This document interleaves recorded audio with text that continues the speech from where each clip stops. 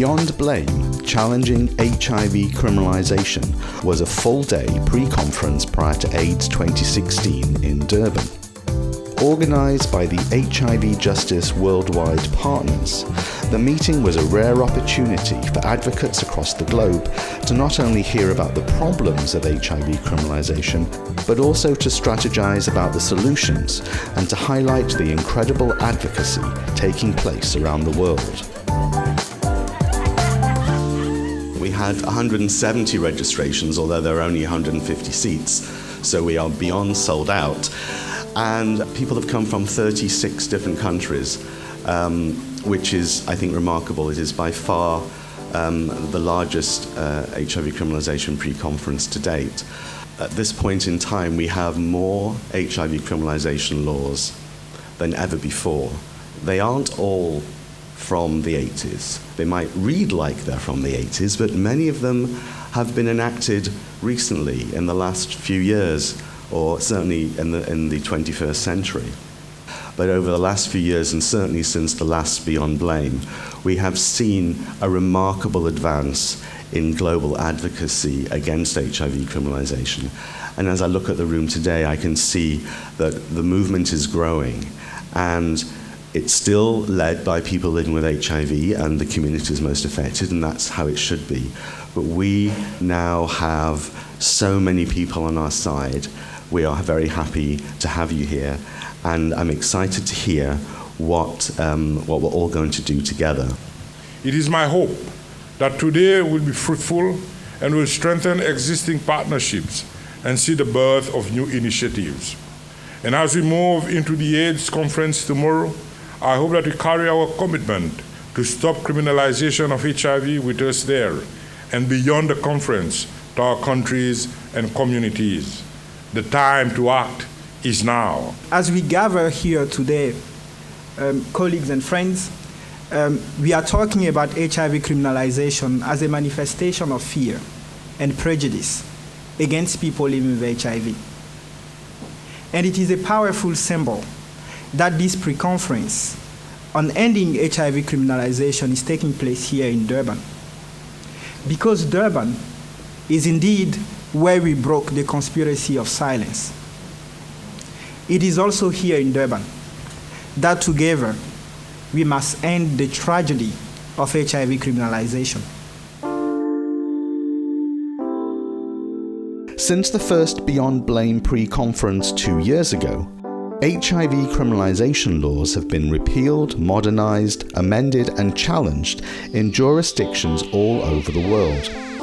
In Kenya, the AIDS Law Project led a groundbreaking successful challenge to Section 24 of the HIV and AIDS Prevention and Control Act. About 4 years, and we were able to get a really good judgment, which I would say, as I said, we celebrated about. Declaring Section 24 of the law unconstitutional on grounds of being too broad, and also the biggest part of our challenge was just the declaration of the section as being unconstitutional on grounds that it contravened the right to privacy, whereby a person who's living with HIV was required to disclose their status, yet there was no corresponding obligation for the person to whom this information is being given to keep it to keep the information confidential. In neighbouring Uganda, the constitutional challenge process has just begun, with the inspiring launch captured on video and shown at the meeting. We want to walk to the court. We want every Ugandan, wherever you are, whether you're here with us, whether you're at home, join us so that we can walk to challenge the process that are going to take us back. It is a solidarity walk. We believe that things will get better. We are thankful for where we are, but we believe things will get better. The three issues that are potentially harmful, we are seeking that the court interprets such provisions in the light of the Constitution of Uganda that says no discrimination on any ground. The story we just shared is 3 days old, because this was just on the 14th. just before we headed here.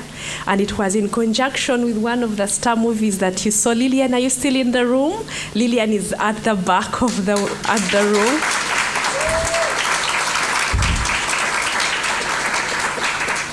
And there's so many voices of people living with HIV, women living with HIV, and the general HIV movement in Uganda. Human rights workers and lawyers were behind this. It cannot be a work of one organization, of one person. We've drawn a lot of inspiration from the last conference, the last Beyond the Blame in Melbourne, when we had the story of Victoria, when we had the story of Iowa. We left Melbourne mobilized that indeed if it could happen in the countries where we had success, it would probably happen in Uganda. And we've mobilized since then. We had to do studies and researches to see that it was possible. When our neighboring country, Kenya, Jacinta's work that she just shared, when they had a successful judgment, we decided we were going to do the same. I'm here to talk about the repeal of Section 19A in Victoria. And it's a story that begins at a meeting very much like this one, a much earlier and quite a bit smaller and more modest affair in Vienna in 2010. And I left that meeting, as Dora left 2 years ago from our meeting in Melbourne, I left that meeting feeling inspired, and I thought, if they can do that, then perhaps we can do something similar in Australia. As we started that process, I met a lot of resistance. We met a lot of people who said, well, that's a very noble ambition, but what you're talking about is removing a crime from the statute books, taking it off the statute books. And repeatedly, again and again, we kind of met with, I get what you're saying, I see why it's a problem, but it's just too big, it's too much. To ask for that to be changed. But we kept the pressure on, and we had the opportunity that was presented by the International AIDS Conference coming to our city, and we felt like the fact that this was Australia's only HIV-specific criminal law was an embarrassment to our state. It's an anachronistic law, and we felt like we should embarrass our government about it.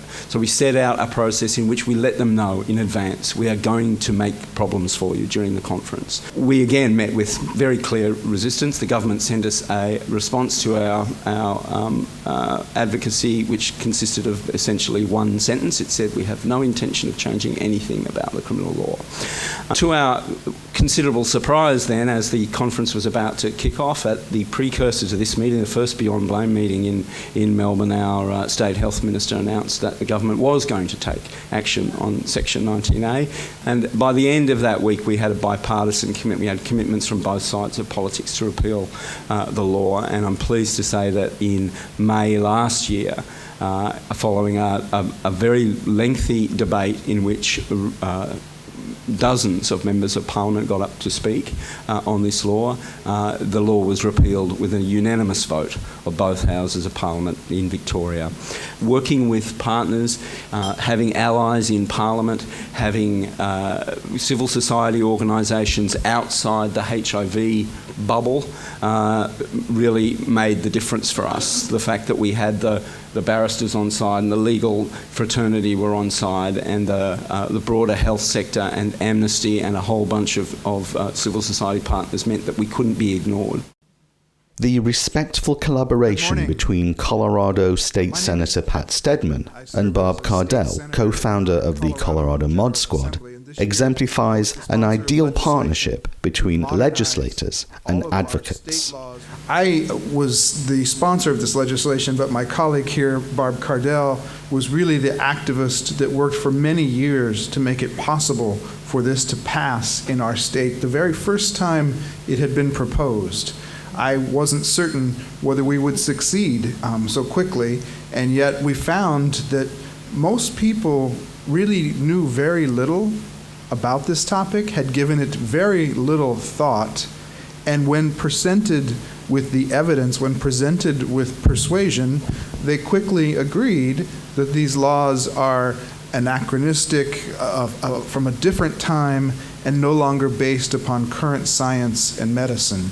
And so we had relatively easy success repealing the HIV criminalization laws for sex workers. We realized that our laws were being used as a blunt force instrument to get women and homeless youth and transgender people to plead guilty to a lesser charge so that they weren't sentenced under these laws, because it shifted from a misdemeanor to a felony, which got very, very ugly quickly. Once we started realizing that this was what was happening, it became very easy to gather other advocates and activists and to talk with Senator Stedman and to say, these laws are outdated and need to change. And not only are they offensive, but they're bad science. And that was the actual argument that we came to is, while I talk about stigma and I talk about human rights for people living with HIV, what our legislators wanted to hear was about science, and about how these laws didn't actually reflect science anymore, and that having these laws on the books were keeping people from testing and accessing care, which are things that we know, but oftentimes we don't lead with, and sometimes that's what legislators need to hear. That is some incredible work happening all over the world, and I just want to thank and honor all of you for fighting back against HIV criminalization.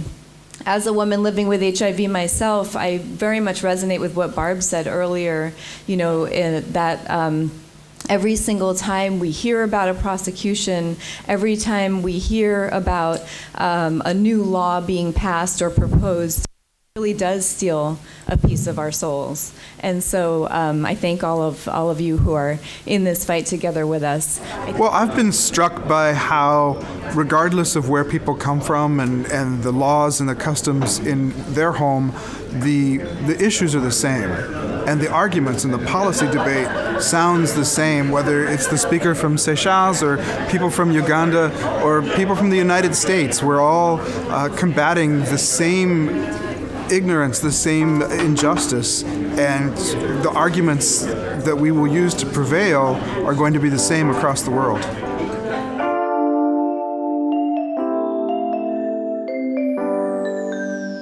Lieutenant Colonel Ken Pinkeller was court-martialed by the US Army for alleged HIV exposure, despite no evidence that he and his accuser were ever alone together. Pinkeller, as of 4 weeks ago, I used to be a career lieutenant colonel in the United States Army, but the appellate process is over, and at the end of that process, I have now been dismissed from the Army.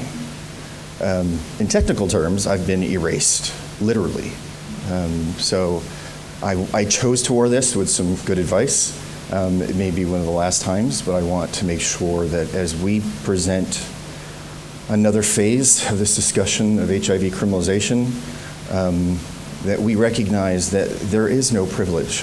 HIV knows no bounds. And it seems that the stigma and the hate knows no bounds either. So as you hear our stories, I hope you please also remember we all have families, we have friends, we have coworkers, we have entire communities that are also affected by what's happened to us on a daily basis. We're reminded of that. So I had two things against me. I was openly gay and I was openly HIV positive. Everybody knew it. But they took me to trial without anything. And the results of that trial was I spent 272 days in Leavenworth military prison, which was not fun. And since then I've been fighting. And with the help of Edwin and Sean, I will continue that fight. It doesn't matter if there has been transmission. It doesn't matter if there was even no sexual act, or in legal terms, no means likely whatsoever to expose a person to any disease, regardless of even HIV. I cry every morning. It just, it just comes out. Then I'm standing here after a wonderful career on an international stage with such amazing people, and I've lost everything. I am now actually a burden on the very society I chose to defend. And it's wrong. It's wrong, especially when you haven't done something. There was nothing there. I've had people approach me and say, well, you must have done something. There's still that feel, even advocates, because the story is so unbelievable and so remarkable. You must have done something. And we fight that, even internally, every day. I am making a direct call on the president. I want President Obama to please hear us and to have the courage to sign an executive order to at least end criminalization at the federal level. and show the world that the United States can effectively lead within HIV, but specifically HIV criminalization, be the leaders that we think we are and lead. Sign the executive order.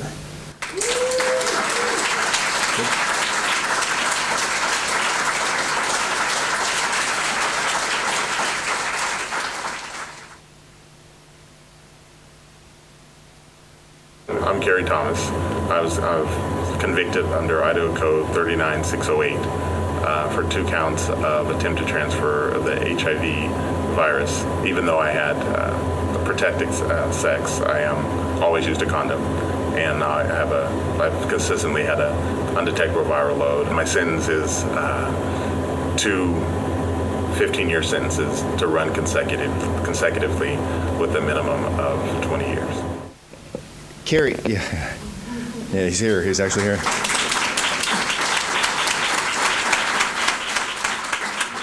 Carrie, just for the benefit of everybody sitting here, which is amazing, I wish you could see it, could you let us know where you're calling from?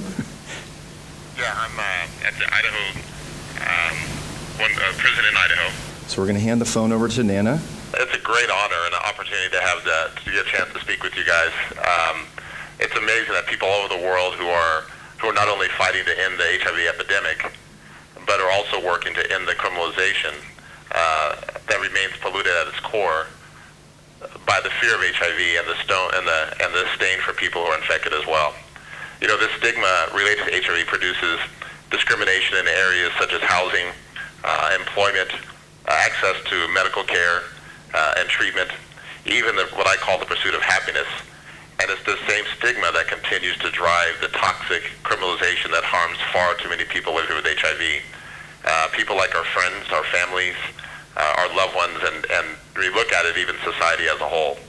I think everyone in this room all recognize that HIV criminalization impedes HIV prevention and the treatment efforts. So the question that I bring is, what can I do, or how can I help change this? As we know, I'm currently incarcerated in Boise, Idaho. I'm in the 7th year of a 30-year sentence for not being able to prove that I disclosed my HIV status to my then girlfriend. And one thing I want to make clear, that today I believe that no one needs to face HIV alone, whether they're inside prison or outside of prison. Today I believe that the chronic illness of HIV, I believe today that the chronic illness of HIV is manageable and full of hope. I believe truly HIV is beyond blame.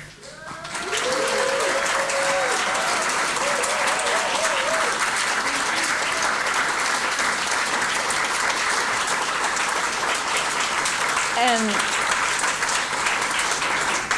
Harry, you just got a standing ovation here at Beyond Blame in Durban, South Africa. Rosemary Namaburu, a nurse from Uganda, spent 10 months in prison after she was prosecuted following unfounded allegations that she exposed a young patient to HIV following a needle stick injury. The police arrest was so brutal. I was paraded in front of the media and the people and the police. The newsmen were called. They took photos of me. They made headlines and they made man out of me. Very ugly, calling me murder, killer. When I was released, I felt uneasy to go back to my house. I had to look for refuge somewhere up country with my relatives for 10 months, where I stayed for a while until when I returned to my house eventually, and the dust had settled. This has totally changed my life, and self-esteem is gone, and the pride of more than 30 years in the nursing profession, in the nursing I loved so much. I want to be a face of the struggle against stigma and criminalization. I saw it all, I faced it all. I don't want anybody else to go through the same. I've lost everything I had, and I want to go back to where I was. And I need everybody's support to regain my life and start not only to be able to put food on my table, but also to fight for the other people out there who are going through such act of injustice.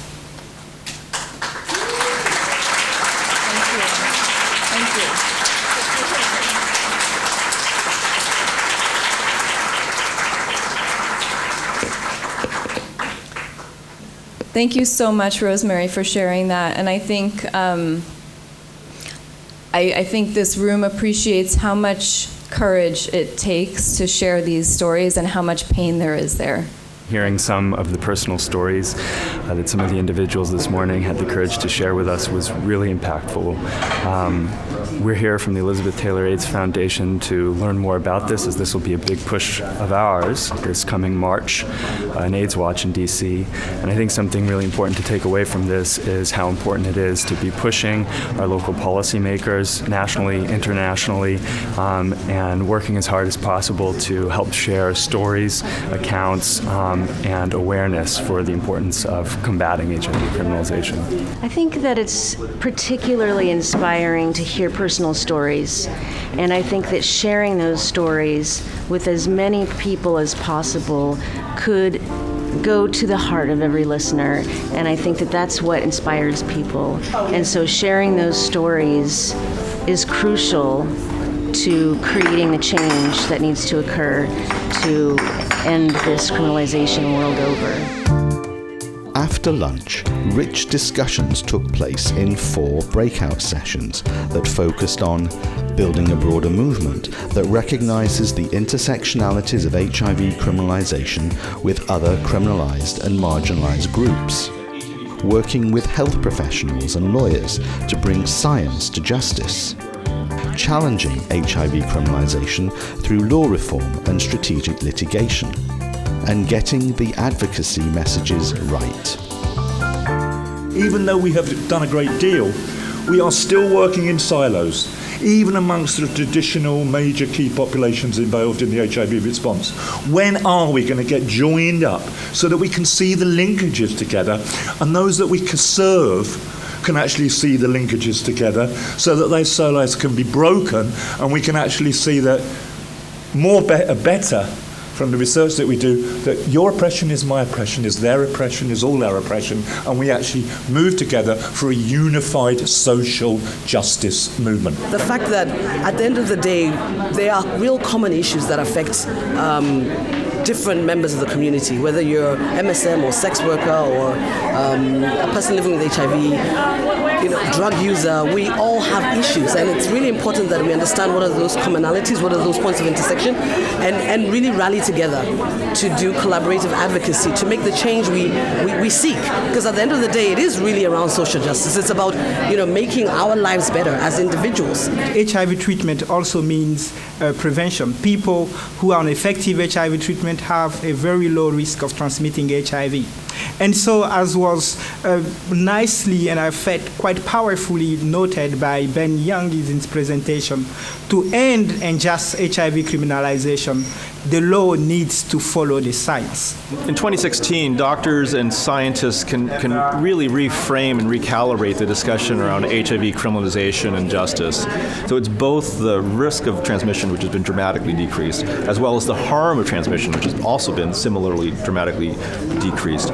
Together, it means that we need to be thinking about evidence-based science applied to evidence-based policy and evidence-based law. The ignorance and the prejudice that remain very strong among the judiciary, and that represents a very significant challenge when you're doing strategic litigation, because if the judges do not understand anything about HIV, have high prejudice, then it's unlikely that you're going to manage to make your point and be heard in front of the court.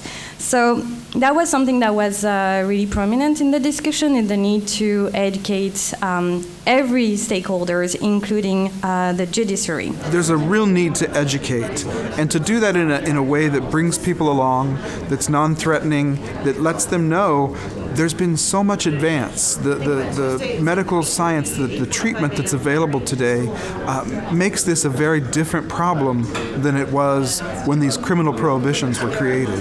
They no longer are applicable today. This conference is called Beyond Blame, and that came up a lot of times because that was a part of the messaging.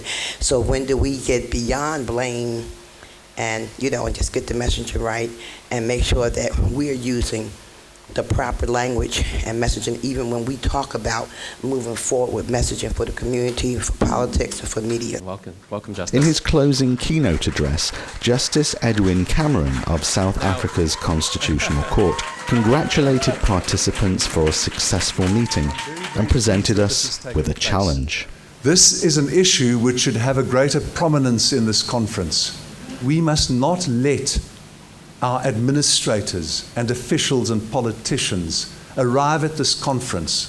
They arrive, ladies and gentlemen, with cars, and they arrive with delegations, and they go back to their countries, 30 of them in Africa, with criminal laws that target us irrationally, unscientifically, stigma-enhancingly, stigma-magnifyingly. We must not allow them that peace and comfort. We must challenge them. We must take the message of this conference out of your meeting today into the halls, into the podiums. I am ready to create some change and to possibly make some disruption at the International AIDS Conference. And so, at the first morning plenary of the AIDS Conference, with the support of Justice Cameron, we took to the stage to shine a spotlight on HIV criminalisation. Please come up, ladies and gentlemen. Take over the stage.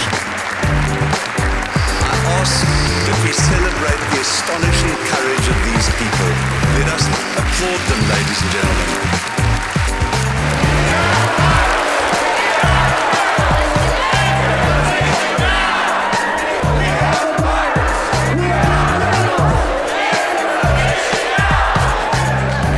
And we made quite an impact over the next few days. One of the most exciting highlights has been the emergence of a movement united against criminalization of specific populations, including people living with HIV. Criminalization survivors and activists took their key messages to the first plenary chanting, HIV is not a crime. Tuesday morning's plenary was, at least for me, a chilling reminder of how criminalization of HIV exposure and transmission is having a tremendous impact around the globe. This is Kerry Thomas, who participated in the criminalisation pre-conference via phone from prison in the USA. However, he's an activist from behind bars, and he made it here with the help of technology. A big thank you to the organizers, to the HIV Justice Network, to the HIV Justice Worldwide activities. I think that strengthens our work in Germany as well, and that strengthens a lot of people in the world. So go on, please go on, and we are with you in the fight. We have met supportive friends and colleagues. We have exchanged knowledge. We have got contacts that we've used and relied on. So when we are here, we feel like we're in a family of friends and supportive community that together we can challenge HIV criminalization in Africa, in my own country, Uganda. It is such an inspiration to be here. I'm so grateful that I came to this meeting. I think it's really important that, countries can get inspiration from what they heard and now go back and say, what are the baby steps we can take to also address issues in our country? It's really exciting. I'm inspired.